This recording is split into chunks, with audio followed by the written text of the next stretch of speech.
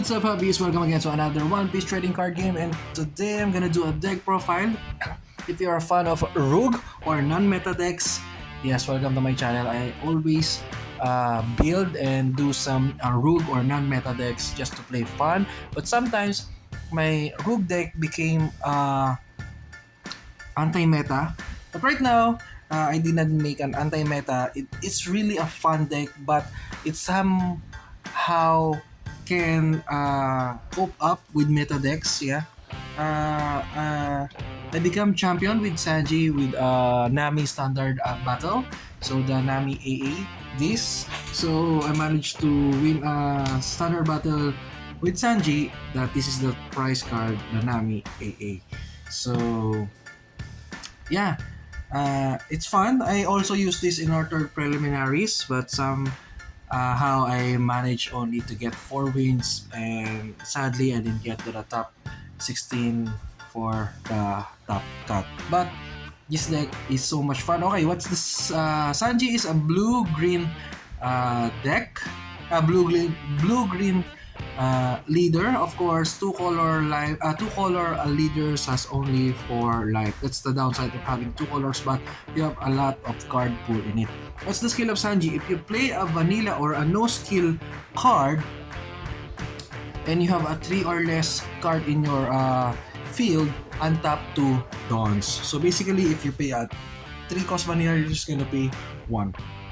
As long as you only have a 3 or less characters in your field. Alright, so I call this deck my SANJI build, as you can see in the title, Impel Nova build, because it has a pieces of Impel Down from set 2 and of course a Supernova from set 1. So let's get started with this deck profile, my favorite Rouge deck for OP2 SANJI. Alright, so first off, we're gonna introduce you to all my vanillas in this deck.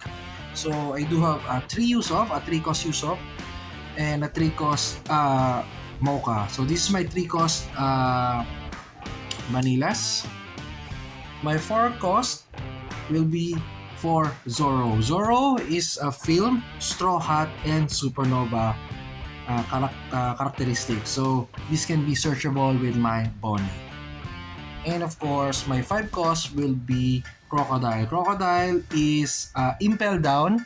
It has a character of Impel Down, so it is searchable for my Impel Down build. So yeah, this is my vanillas. I have 12 vanillas for a 12. Yeah, 3 cost, 4 cost, 4 5 cost. This is the only vanillas in my deck. Now let's go to my Supernova cards. By the way, I will explain the strategy of this deck after I represent to you all cards. Of course, for Bonnie, for searching a Supernova in your deck.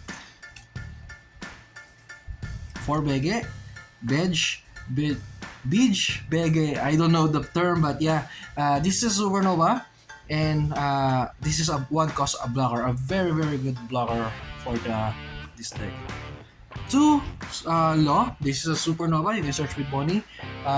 This Law, when you play it, you can use his skill, return one of your characters in the field, and play 1 character with 3 or less from your hand. So imagine if you have if you have just 3 characters in your board, play this after your Mocha attack, put that card in your hand, play again, and tap 2 because you have 3 cost energy and your Mocha now is active. Yeah, but this is a really great card. 2, just only 2, because it has no counter, so it's really hard for me to have no counters in this deck. As much as possible, I want to have counters with my deck. And one of the heart cards of this deck is the 7 cost Kid from starter deck. This is one of my main cards in this deck, because this card can go offensive and defensive, because at the end of the turn, if you have 1 Don attached to this kid will be active at the end of your turn. So this great attacker, 8k with 1 Don, and then 7k blocker. So this is one of the heart of the cards of this deck. Of course, favorite event, Pang Gibson. Why Pang Gibson? Because in meta right now, with Whitebeard and Smoker, they have this blocker that cannot be KO'd, Marco, that can be resurrected, uh, Borsalino that cannot be KO'd with skill. So basically, this one of the greatest counter for them. 2 cost plus 4k counter to your leader, and then rest one of your opponent's character with 4 or less. And it has a trigger, rest one of your opponent's character. The trigger is much good because you can rest any character, no cost limit. But when you use this for counter, you can only rest a character with 4 cost or less. Alright, for 2k counter, I have 2 Apo. Apo is a Supernova. By the way, Pang Gibson is a Supernova. You can search with Bonnie. 2 Apo.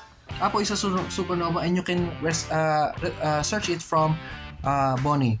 And the other 2 counter is not a Supernova, but an Izu. Why I put Izu? Because Izu is also a great card. Instead of aside from being a 2k counter, you can play this card and you can rest up one of your opponent's character with 4 or less. So this sometimes this is a crucial play for me. I always keeping this card in my hand for late game because I could rest their opponents like Smoker or Borsalino, the blocker, or that Marco blocker, or the other blockers, so that you can go for a kill. Alright, so this is basically the Supernova except Izu. Zoro is also a Supernova. Alright, let's go for the Impel Down build. Of course, 4 buggy for the Sorcerer of Impel Down. 4 Inazuma, a very good blocker, because if you have 1 or less card in your hand, Inazuma will be a 7k blocker or an attacker. Plus 2k if you have 1 card in your hand or less. So this goes both your turn and your opponent's turn. Okay, 2k counter Mr. Tree. I didn't really use Mr. Tree for an attacker. Depends, but I could use this for anti-Zoro, but mostly I'm just using it for 2k counter. Right, 3 Ivankov. This is a really great card because in mid-game or late game, basically you run off cards from your hand. So Ivankov is a really great card because when you play Ivankov, draw until you have 3 cards in your hand. So this is a good refiller because basically mid to end game you really don't have any cards in your hand. And then you could play an Impel Down with a cost 6 or less from your hand. So imagine playing this, and imagine if you don't have board, or you will play this from your hand. This is your second character. Play this and then play. You could play Crocodile from Ivankov skill, and then by playing this from your hand, from Ivankov skill, you can untap 2 of your Dawn. So 7 cost, play this, then play this, then untap 2 Dawns. You will have now 5 Dawns, and you can play another blocker for that turn. So imagine you refill your board. So yeah, this is one of the greatest cards, fuel from this deck to refill your hands. Of course, this is not an Impel Down, but a very good counter, especially for green. Mihawk 9 cost. What does this card do? When you play it, return one of your opponent's character from the field to the bottom of their deck with 7 cost or less. So alright, this is basically my whole deck. The gameplay of this deck, the card you really want to find from the first draw will be a 7 cost kid, or at least Bonnie and a Buggy. But prioritize of having Bonnie and 7 cost kid. If you don't have it, mulligan until you have Bonnie, or mulligan for Bonnie or 7 cost kid. So basically, you really want to be the second player. Why? So that you can play Bonnie at 1 Dawn. So let me just move it. So second player, you have 2 dons, right? 2 dons. So you could play Bonnie, either 1 Bonnie or 2 Bonnie or 1 Bonnie and 1 cost blocker, Bege. And then on your second turn, you have 4 dons. You could play at least Usopp, Mocha, or Zoro. When you play it, you will untap 2 of your dons.